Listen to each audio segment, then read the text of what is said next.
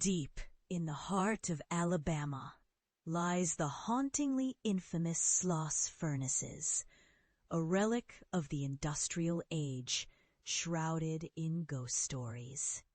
Built in 1881, the furnaces were once the backbone of steel production. But tragedy struck when several workers lost their lives in fiery accidents and explosions. Locals and visitors alike report hearing the clanging of metal, the roar of unseen fires, and ghostly figures wandering the abandoned grounds at night. Many believe these apparitions are the restless spirits of workers who perished in the furnace's deadly history, still trapped in their laborious past.